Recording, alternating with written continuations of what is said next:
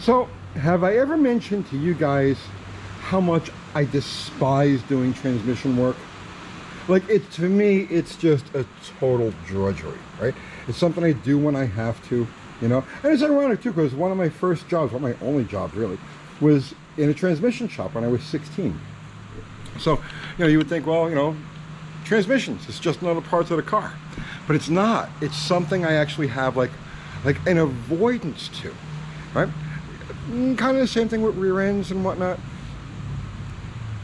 But for some reason, what I'm going to tell you, okay, so this video may seem like I'm going to run off into a bunch of different tangents, but it'll all get tied together and it'll make sense, and you'll be like, oh my god, I never thought of that, right? So why do I have such an avoidance? By the way, this is the 727. Well, actually, no, this is the 727 that's going into Slaghammer. This is a parts transmission, it's a donor transmission. And there's Slaghammer, and she's looking slick, right? She'll be a running car. You guys, a little noise here. It's like pouring out, so can't help. I can't do anything about that. So yeah, she's looking tight, and she'll be a running car within the next few days. So why do I have such an avoidance towards things like transmission work? But on the other hand, I love doing engines, right? It's like, to me, working on engines is just like, it's this fantastic thing. I just love doing it. I mean, they're both mechanical devices, right? They both have like a similar number of parts. They both have, you know, they have obviously different systems, but they're made up of systems. But why am I an engine guy? I love engines. I hate transmissions. Why? Because the motor isn't cold. See, the motor makes sound. It makes heat. It makes its own motion. It's as close to creating life as a man can get, right? Women can spit out kids, but the best we can come up with is we build engines, right? And they're self-sufficient. They make heat, they make power, they make sound. They, you know, you start them up and they're doing their own thing, right? That's the difference for me between transmissions and engines. And now, speaking of engines, I came in this morning and I see that the Junkyard Jet guys have got their mean green device ready to, looks like it's going to go in the car this weekend. So with any luck, we'll have 2 running hot rods here in like no time at all. And then, of course, oh, we have sidetracks. Of course, bottle rocket, poor neglected bottle rocket. Look at them drawing on there, right? I want to race. I want to win, right? Casper, hey, who wrote that? I certainly didn't write that. So yeah, she's been neglected. It's the instant that Slaghammer is off and running on her own, we jump back on Bottle Rocket and get ready for the No Name Nationals.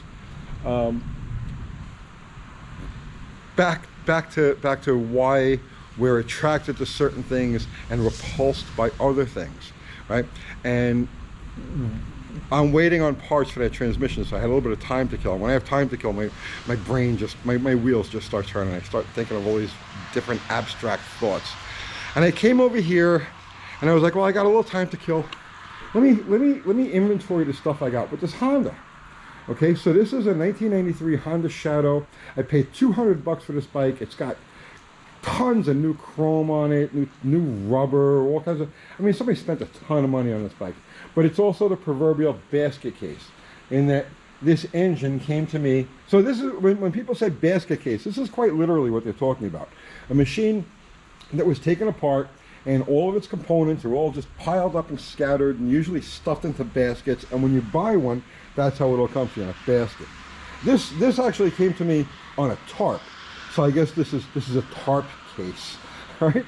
But this is actually what we want to talk about here. And I'm going to get to the details of that in a second. So, we're attracted to certain things mechanically and we're repulsed by other things mechanically. Sound has a lot to do with it.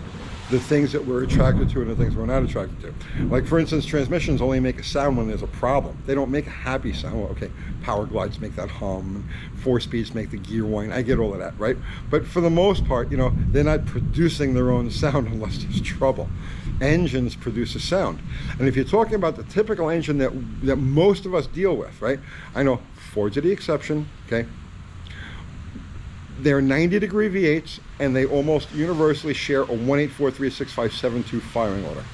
And that 1843657 firing order in the 90-degree configuration creates a sound that has universal appeal. It's the sound that we all hear when we think about an engine, like running up through the gears, right? We're just sitting there idling, right? Sounding badass with a cam. It's that 1843657 firing order that we're hearing, right? And the order of the power pulses, that's what we hear. Now, there are certain engine sounds that we find grating and almost disturbing, repulsive. And I'm not talking about late model Mustang guys with open pipes that rev their stuff to 8 grand every time they pull across an intersection. I'm not necessarily talking about them. But you know what I'm talking about. Some engines just don't sound right. And you go into the world of motorcycles, and this is where it really becomes a thing, okay? So, motorcycles, you have the thumper. So this is a Buell. This is a Harley Davidson based, it's a Sportster based single cylinder engine. The thumper is the most personable of all internal combustion devices. You can, as you're riding it or listen to it, working with it, the single cylinder 4-stroke engine literally talks to you with every power pulse. You feel every power pulse. You can hear each individual pulse as it either strains or relaxes. Like you're going up a hill holding steady throttle, and you can actually hear the motor work harder. And then as you're coming over the hill, the motor relaxes a little bit. You bond with a thumper more than any other type of specific type of engine, right? Because it has that very distinct boom, boom, boom, boom, boom, boom. You know, you're hearing each individual pulse. You bond with it. You've got the 4-cylinder 4-stroke. Okay. Now they have they have an exhaust note that's okay, but for the most part, those engines, the 4-cylinder 4-stroke, represents like smooth efficiency. Okay, it's not nobody ever listens to a 4-cylinder 4-stroke just going through its paces and has a warm fuzzy feeling towards it. It's like, this is a device that's here to do a job, right? You know, it's gonna be a good job, it's gonna be a fun job, but it's here to work, it's here to do a job. You don't bond quite the same way. And then you've got the 3 cylinders. So you had, like, for instance, 3-cylinder 2-stroke motorcycles, like the Kawasaki triples or the Suzuki triples, right? A power pulse every 120 degrees. It's 3 power pulses per revolution, okay? They sing, okay? There's like a 3-cylinder 2-stroke is just magic, okay? Impossible to describe unless you've actually spent time with one. And then you've got 3-cylinder 4-strokes, which, like for instance, the Triumph, the triples, the 4-stroke triples, they always sound like there's something wrong with them. It's like I know this thing has a miss. It doesn't have a miss, it's running exactly right. They make gobs of power. They're really good running engines, but the sound, you gotta keep a quiet exhaust on them. You almost gotta wear earplugs, or it just becomes grating, okay? So this brings us to this Honda, okay?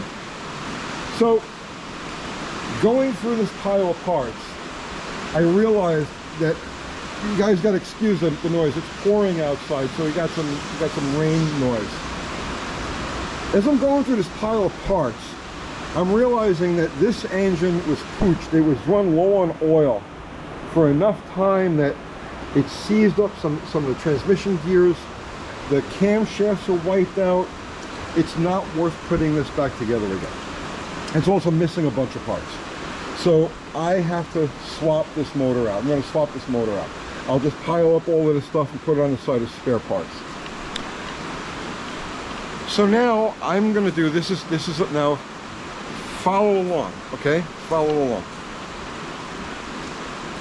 Harley Davidson. Yeah, the cruiser market is based on that Harley Davidson persona, personality, okay? when the Japanese manufacturers decided to get into the cruiser market in the early 1980s, the first bike they brought over, the first bike to actually make some headway with it, was the Yamaha Virago. The Virago has a 70-degree V-twin with a single crank pin, and it actually has a sound not quite exactly like a Harley-Davidson, the 45-degree V-twin, but it has a distinct V-twin sound. All right. Honda came in with the Shadow. So now you have to go back a little bit before that, right? In the late 70s, they started building faux cruiser bikes. So what they were doing is they took their UJM, right? They took their UJM and they added a teardrop tank and a step seat and the buckhorn type of handlebars to mimic the Harley-Davidson, the traditional American cruiser bike. But it had that cold efficiency of the inline four. Ran great, smooth, powerful, everything you'd ever want, but didn't have the character, didn't have that personality. So 1981, they went the next step and they started building the V-twins, and that's where the Virago came in. The Virago was the first successful metric cruiser, and with that 70-degree V-twin, it had the sound. Honda, on the other hand, Honda does everything to a higher, more scientific level than everybody. You know, it's almost like that cold efficiency. Okay, it's been a trademark of Honda engineering since the very beginning. Honda says, okay, the American market wants cruiser-style bikes, and it wants V-twins. So you know what? We're going to give them a V-twin, but we're going to give them a better V-twin than they've ever had before. We're going to build a 53-degree V-twin. The Harley-Davidsons are 45s, the Yamahas are 70s, Ducatis are 90s, right? You get the idea. A different spread on the cylinders. And we're going to give them a V-twin, and it's going to look like a V-twin, and it'll have the same kind of power as a, you know, same power characteristics as a V-twin was, but it won't have the vibration, and it's going to make more power, and it's going to go.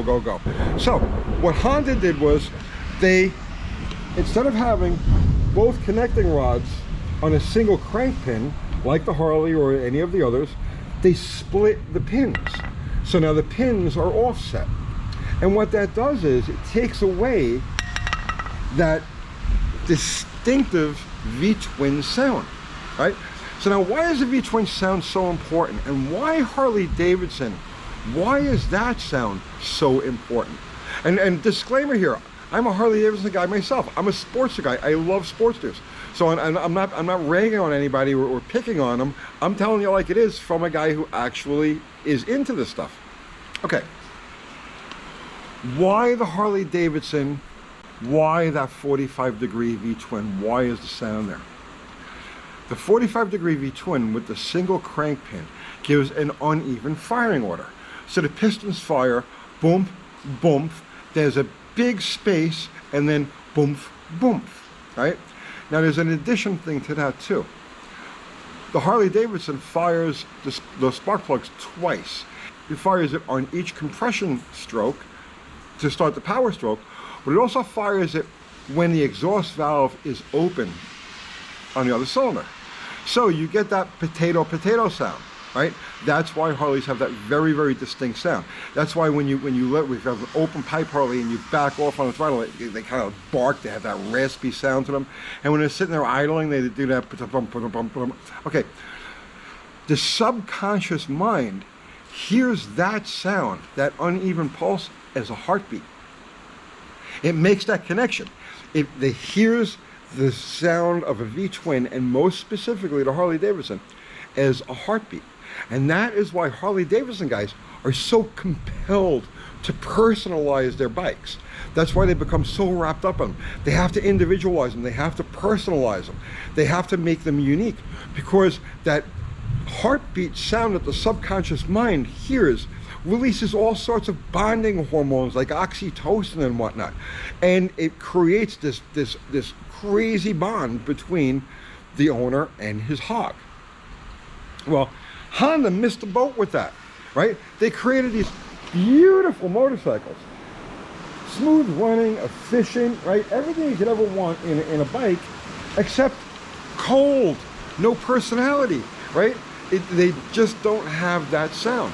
So after a few years of producing the dual pin 1100, like the one I have here, they had another model they brought out called I believe it was called the Ace. I'm so with Honda Cruiser history, right?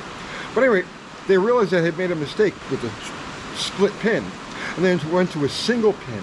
And now the single pin with the 53 degree spread sounds as close to a Harley Davidson as you could possibly get. In fact, there was lawsuits going back and forth about Harley Davidson trying to patent their sound when they realized that Honda was getting that close to it. Crazy stuff, right? So that's where I'm at with this. I'm at this. Oh, this sacrifice. By going to the single crank pin, Honda picked up the sound. They got the sound now, but they lost 10 horsepower and all of the smoothness, because that split crank pin engine, like on the highway, 70 miles an hour, 80 miles an hour, just almost no buzz at all, just very smooth, very nice bike to ride. You give that up with the single, but you pick up the sound. Crazy, right? So I'm at this point now where this engine here is obviously, it's pooched. I'm not going to bother with it, waste of time and money. I have to go find a motor. Now, the question is, do I find another split crank pin engine like this one and get the horsepower and the smoothness, right? Or do I find a single pin engine and get the sound and the vibration and see, which way do I go? I don't know. Honestly, I'm leaning towards the single, but we'll see how that goes. Let's see what pops up. Crazy stuff, right? I know, running off on tangents, but you know, that's what you do sometimes. You got to think about these things. You know, why are we motivated? Why are we attracted to certain things? Why are we repulsed by certain things? It all happens in the subconscious, right? Crazy stuff. I hope you got something out of that. I'll see you tomorrow.